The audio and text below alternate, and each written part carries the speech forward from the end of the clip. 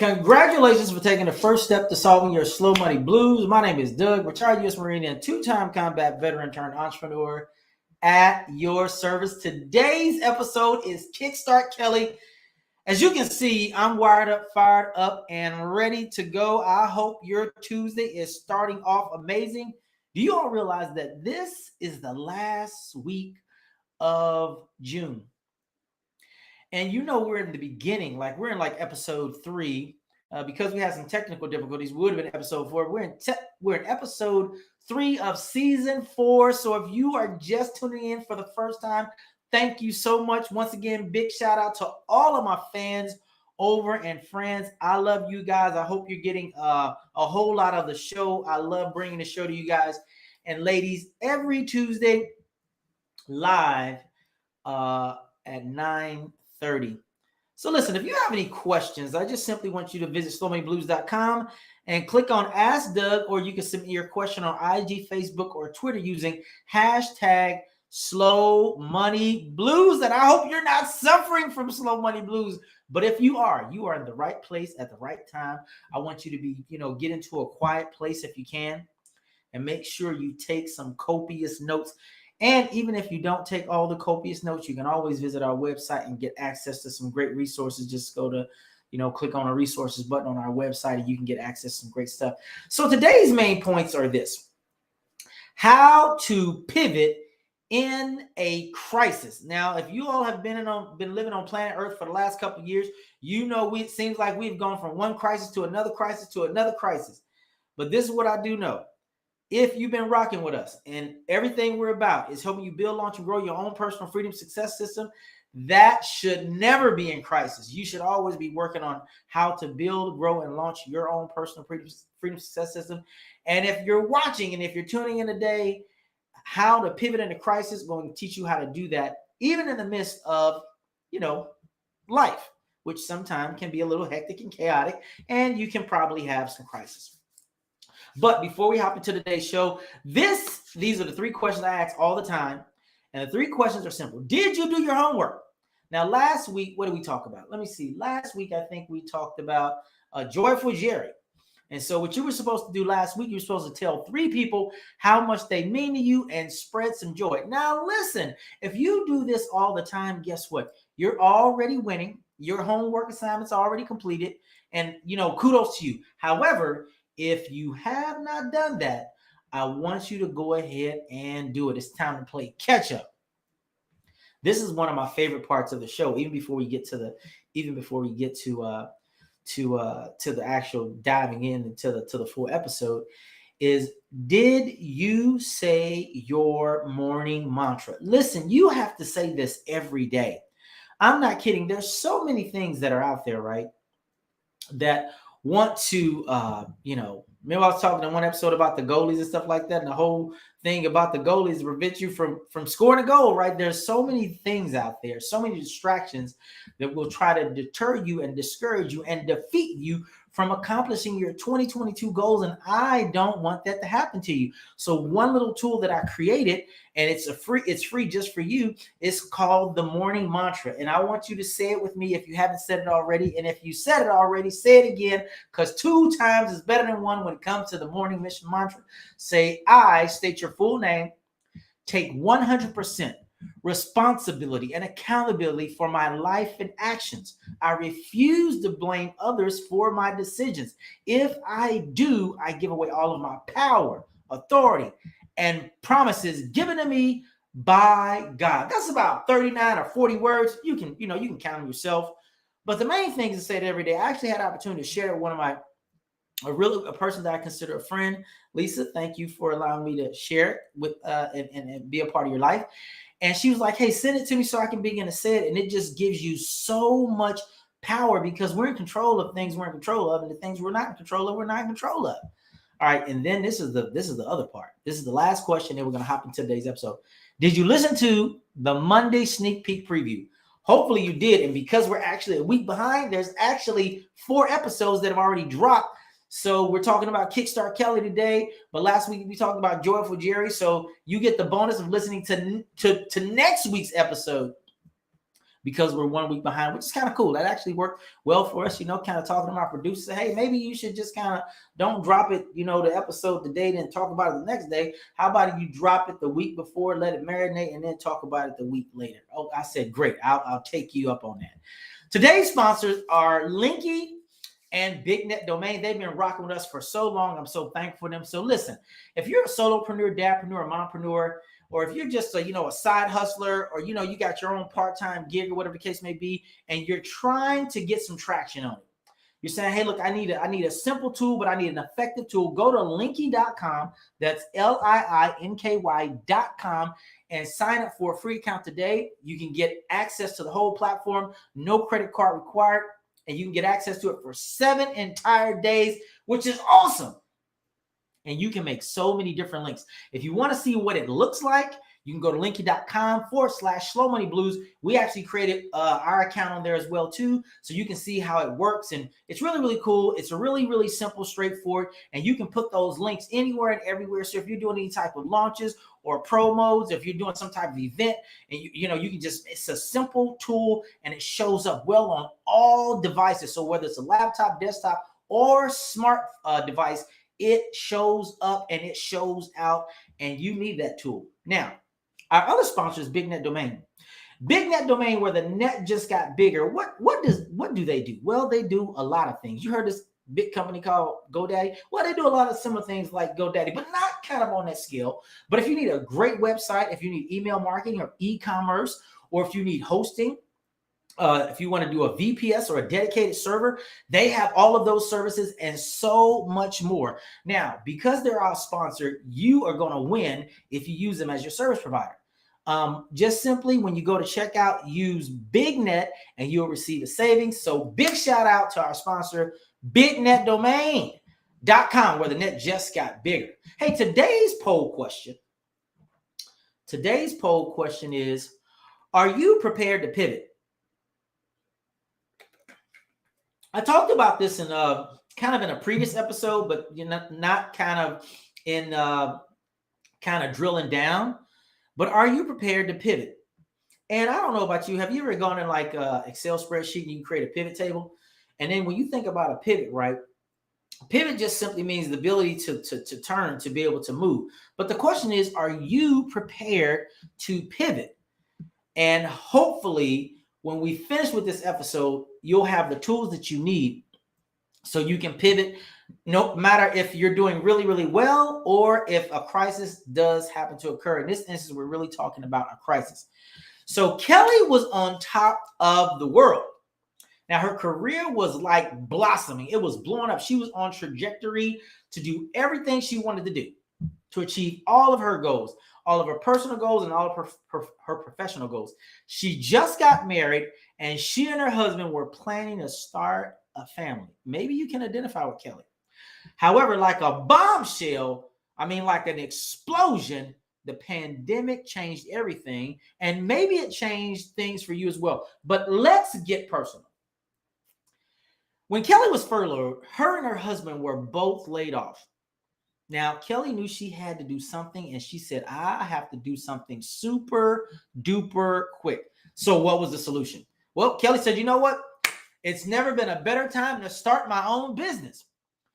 However, Kelly was projecting to do this 3 to 5 years down the road, but the reality came sooner than later because of the pandemic. And maybe you can see yourself in Kelly's situation. Maybe that's your current situation. Now, although it appears that we're on the other side of this pandemic, listen, we are not back to business as usual. And the reason that I know that is because although a lot of people are traveling, the travel industry has not returned to normal. How do I know? Because I was just looking at an article the other day, and Delta, some of their employees are talking about, hey, look, man, we're just overwhelmed because the surge of people wanting to travel are back. However, the support, our teammates aren't all back yet. So because of that, there have been boatloads of cancellations. So let's get back up here to this main point. How to pivot in a crisis. So let's just say you're a large business, or let's just say you're a medium-sized business, or what if you were a small business, or maybe you are a startup Like you were just getting started and you were like, hey man, I wasn't really planning on a pandemic. I think I've looked at a lot of business plans and a lot of business plan templates, and I don't even know if most of them address like a straight up a pandemic. Now, understand, typically, not wide, not an epidemic. I'm talking global, because you can have like some regional stuff, but when you're talking about a global pandemic, most business plans don't address them because that's a huge business interruption. So the first thing in pivoting in a crisis is that you should have a plan. You're saying, well, Doug, I wish you'd have told me this like 2.5, 3, 4, 5 years ago. Well, listen, I couldn't predict that we were going to be in a pandemic. Now, some people, although they didn't have a plan, they've learned how to be very, very agile. And they say, okay, because their freedom depends upon it. Now, this is what I know. More than money, freedom will drive you to do like some amazing things. And literally out of the pandemic, believe it or not, a lot of great things have happened. I believe we've learned a lot of stuff, when I was in the military, we used to think called lessons learned. What did you learn? So although it was very painful, and yes, a lot of people did die, and our healthcare system was under tremendous strain. The question is, what did we learn from that? I can assure you right now, almost every major medical institution, every business, I'm not kidding, has something related to like, here is our crisis management plan for pandemics. Because we've learned something from this, right? So to pivot in a crisis, you first have to have a plan. And if you already had a plan, the only thing you really have to do is add what I would call like an addendum to it, right? Like what do we do? Now, that's a lot of moving parts, of course, but you must have a plan. And what is the other thing that you must have to pivot in a crisis?